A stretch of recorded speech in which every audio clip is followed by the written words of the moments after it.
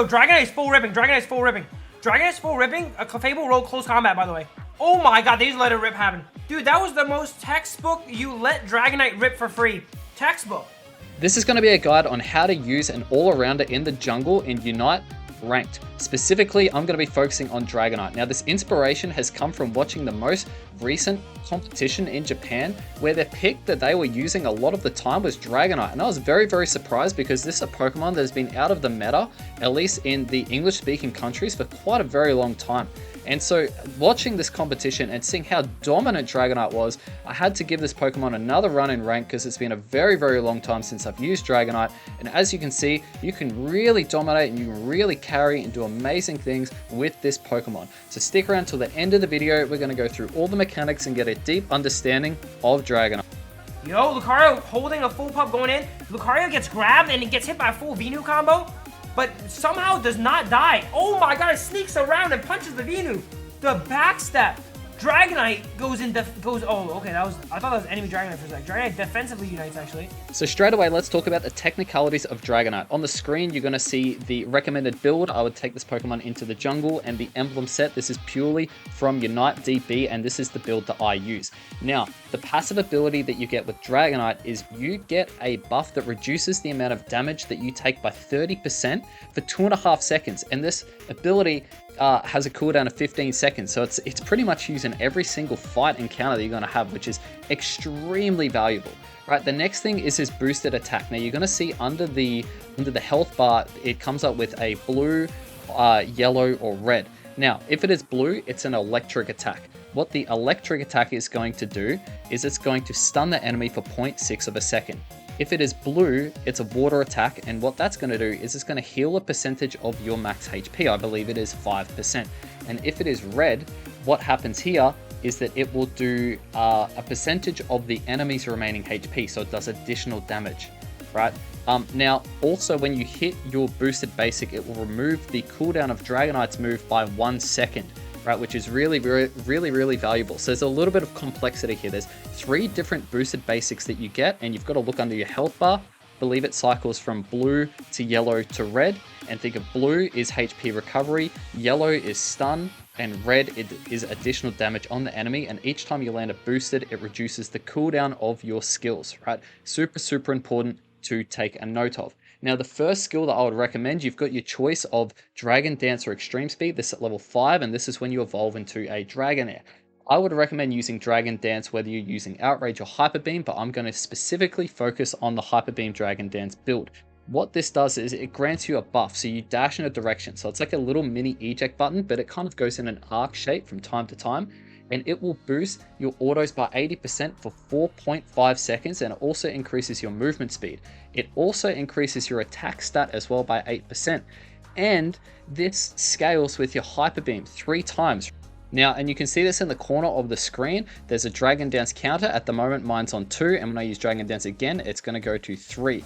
Now, in order to keep those stacks up, you need to keep using Dragon Dance, and if you don't land those autos to reduce the cooldown of Dragon Dance, by the time you use it again, it will go on cooldown. So the trick with using Dragonite with the Dragon Dances is you need to be hitting your autos. You can't just use Dragon Dance and then passively use it again. It will not, you will not be able to use it quick enough to build those stacks, and it stacks up to 3 times. Again, keep in mind your autos will reduce the cooldown of this ability by 1 second, so you need to be using your autos to make sure you're getting your Dragon Dance stacks.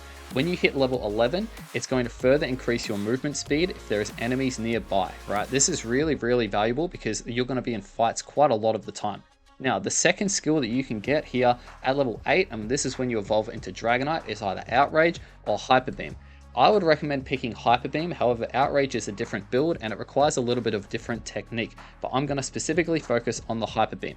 What happens here is you're dealing a huge amount and it locks onto an enemy target, right? So you can aim this skill, but it locks onto them, and the amount of damage is dependent on the Dragon Dance stacks that you have. So typically you want to go for 3 stacks, and you can see the stage 0, 1, 2, and 3. And that's the stages of Dragon Dance stacks that you have. You'd never ever use this skill when you're using Extreme Speed, because every single time you'll be at stage 0, and the damage difference between 0 and 3 is pretty much, I believe it's almost double.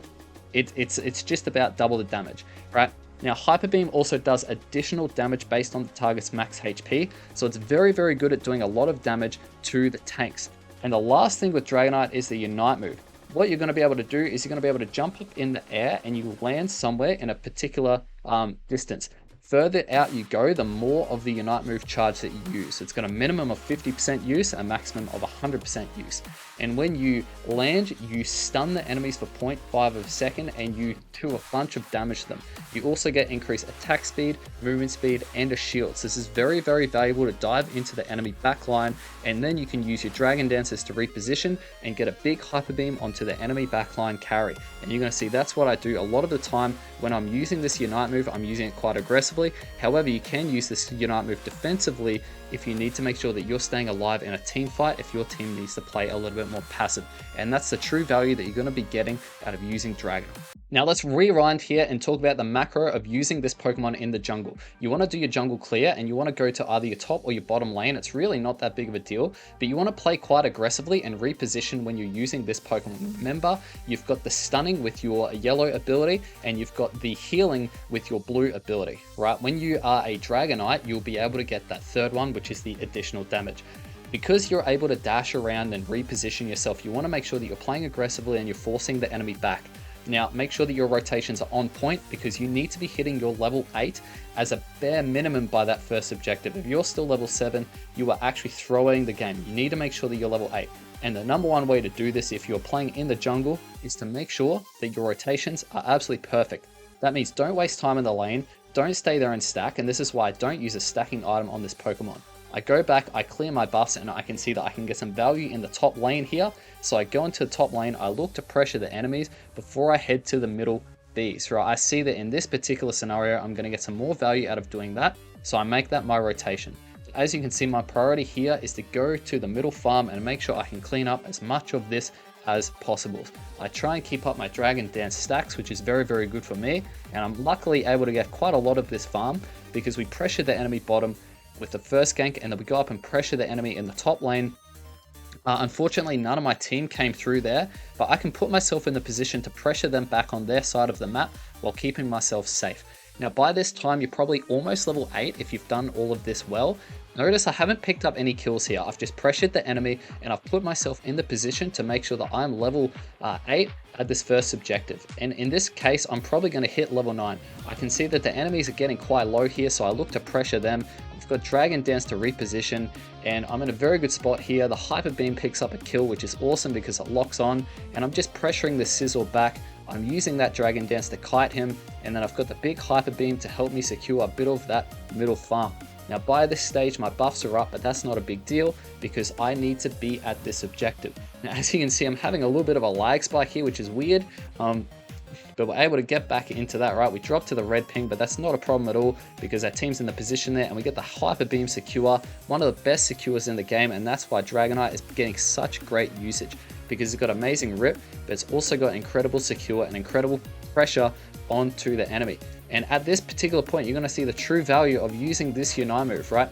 You can see that our team's trying to push their pad. They're playing back very, very safe. I try and get that 40 score in. I'm not able to do it. I can see that their team is quite low without the berries. So I dive into their backline and I'm forcing them off their pad to take on this fight. Now, do I pick up any kills here? I do not believe so because my Mr. Mime is not really playing with me there, but even then I don't think we're going to be able to get many kills at all.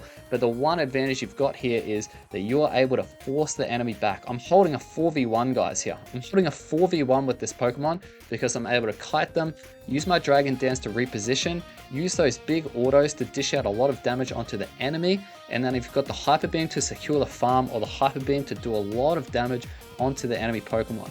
Right, it's very, very good. It's very, very valuable. And the enemy's not able to kill you, right? Because you've got the eject button and you've got the Dragon Dance. There's too much dash for the enemy to be able to do anything to you there. There's too much dash.